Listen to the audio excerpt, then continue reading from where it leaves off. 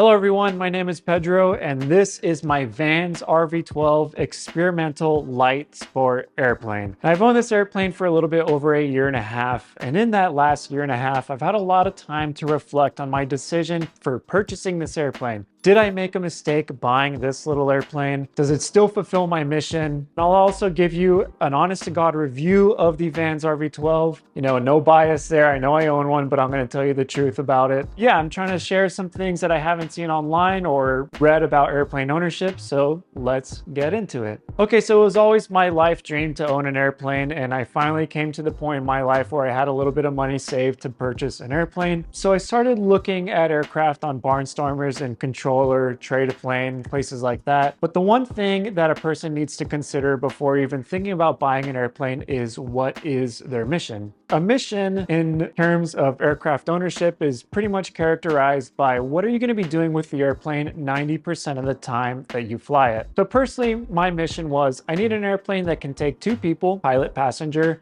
full fuel, and two backpacks for overnight or long weekend trips. I ended up going with the RV12 for a few reasons. Number one, it fits that mission perfectly. So you can fill it up with two people, full fuel, about 20 gallons, and two backpacks. On that note, what does this airplane do very well? The airplane, first of all, flies like a dream. It's a wonderful flyer, super light controls, very responsive controls as well. It can also carry kind of a lot of weight for a light sport airplane. Light sport aircraft are limited to 1,320 pound gross weight. Also fixed pitch propeller, fixed landing gear, 120 knot top speed. You can also fly it with a sport pilot license, but save all that stuff for another video. So in the light sport world, the RV12 is one of the top performers. Before I had the propeller repitched more for climb, I did get 120 knots cruise at about 5,400 RPM on the Rotax 912. I did have the propeller repitched more for climb because I was kind of interested in doing more short field stuff. I wanted to get off the ground very quickly and climb well even in the summer. So at about 5,400 RPM, I'm seeing more of 114 knot cruise, which isn't very bad. That's kind of 172 speed. Yeah, it's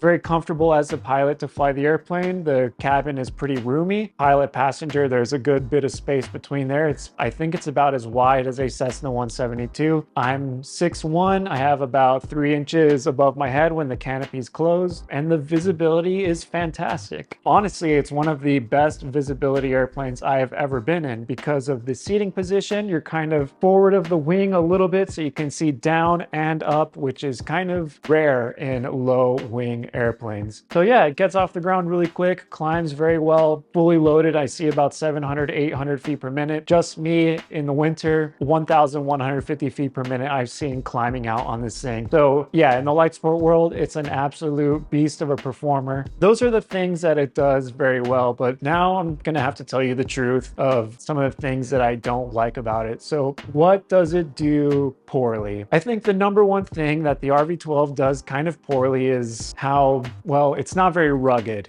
It's a delicate airplane. The landing gear is known to have issues in the training environment, students smacking it down on the runway. If you land this airplane hard over and over again, you'll start to see cracks in the rivets where the main landing gear attaches. It's not as rugged as a Cessna 150 or 172, but on the other hand, it's also very easy to land. Most of my landings have been buttery smooth just because it's very easy to land. Great in that way, but yeah, it's delicate. The controls are very light, but since they're so light, when you have the airplane parked and you have a tailwind, your controls are going to be flapping up and down like crazy. So you have to secure it properly. And the gust locks in this airplane are kind of odd. You have to use the tow bar to hold the rudder straight, and then the seat belts for holding the elevator and the aileron straight. But even then, there's a lot of force on the elevator and it really kind of moves around in the wind. Unlike other airplanes, this one is a lot more susceptible to wind, not just on the ground, but also in the air. So on that note, with this airplane being a light sport, and having such a light wing loading on a turbulent day, you're gonna get absolutely rocked in the airplane. Yeah, it feels every single bump in the air. So I tend to avoid times between 12 p.m. and 5:30 p.m. here in Florida, especially in the summer, because it's just so turbulent. It becomes very uncomfortable to fly. Okay, let's talk about, is it a traveling airplane? Well, the speed, yeah, like I said, 115 knots. That's about Cessna 172 speed, Cherokee 140, or maybe 160 speed. It basically goes wherever a Cessna 172 can go. The speed is there, but also the range may not be that great. It has a 20-gallon fuel tank, burns about 5.5 gallons per hour, burning either 100 low lead or MoGas or 91 octane or above. I tend to keep my flights around 2 hours, no more than 2.5 hours, and that gives me enough reserves, not only to be legal, but to have a little bit extra there, just because I don't trust any fuel gauge. So when you're traveling, you want to stay in the air for a long time. This one, you're going to have to stop every 2.5 hours. So you might be able to go like 250 miles. Yeah, you can travel, but you're going to have to stop for gas a few times. And by that time, it's already midday, and then your second flight is going to be turbulent. My wife and I did take the plane to the Bahamas last summer, and it performed great. We just kept our flying to very early in the morning and ended it by lunch. So as long as you do that, it's good. So yeah, it can be a traveling airplane, but I think the speed, the 115 knots, is something that I'm going to outgrow eventually. You know, you start to get quicker at ATC communications and you want something a little bit faster. So I might be reaching that point right now. I'm not sure. I really enjoy the technical aspects of flying. I do have my instrument rating. I recently installed a Garmin GPS 175. So this thing is instrument capable and instrument legal. If you want to see more about that process, you can check out my other video. But yeah, I've really been enjoying flying IFR. And with this airplane, I can stay current IFR. I can even file and fly IFR, including IMC. The truth is, am I really going to be flying this airplane in IMC? And the answer is only very light IMC. And here's why. Number one, if you go into the clouds, especially in the summer, it's just too bumpy. Every little bit of turbulence, you feel it. The other aspect is that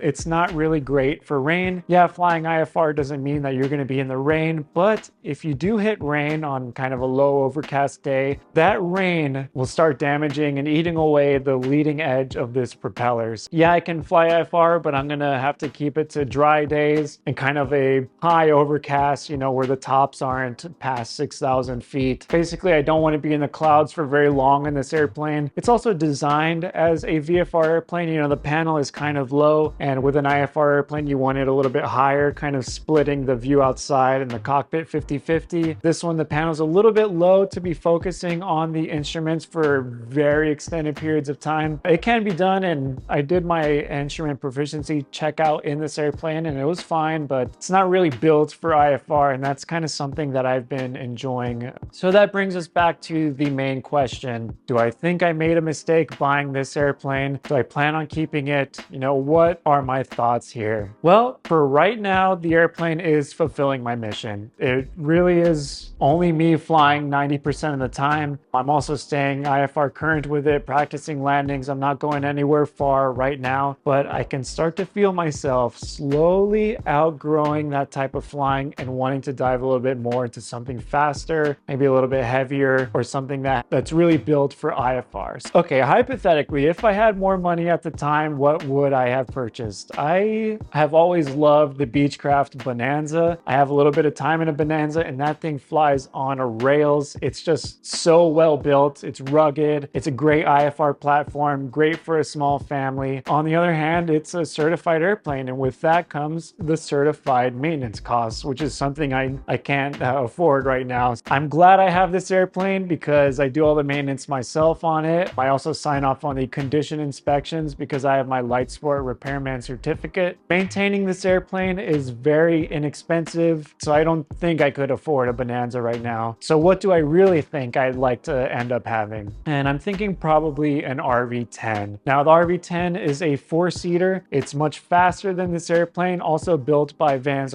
Aircraft. It's a great IFR platform. I'm not super keen on how it looks, but it's such a great performer that I could get over that. You know, it kind of looks like a Cirrus, And, you know, I think, in my opinion, there are nicer looking airplanes out there. But yeah, I think I'd like to end up with an RV10 just because it's a great traveling machine. You know, it's much faster, probably hits 160 knots or so versus 115. Maybe one day that's something that I'll end up with. But yeah, for now, I'm just going to be enjoying this airplane, really getting into some IFR practice with the panel that I have in there. So yeah, that's basically the good and the bad of my airplane. You know, what do I think about it after a year and a half? If you have any more questions, make sure to drop them in the comments below. I'd be very happy to speak with you all about this kind of stuff.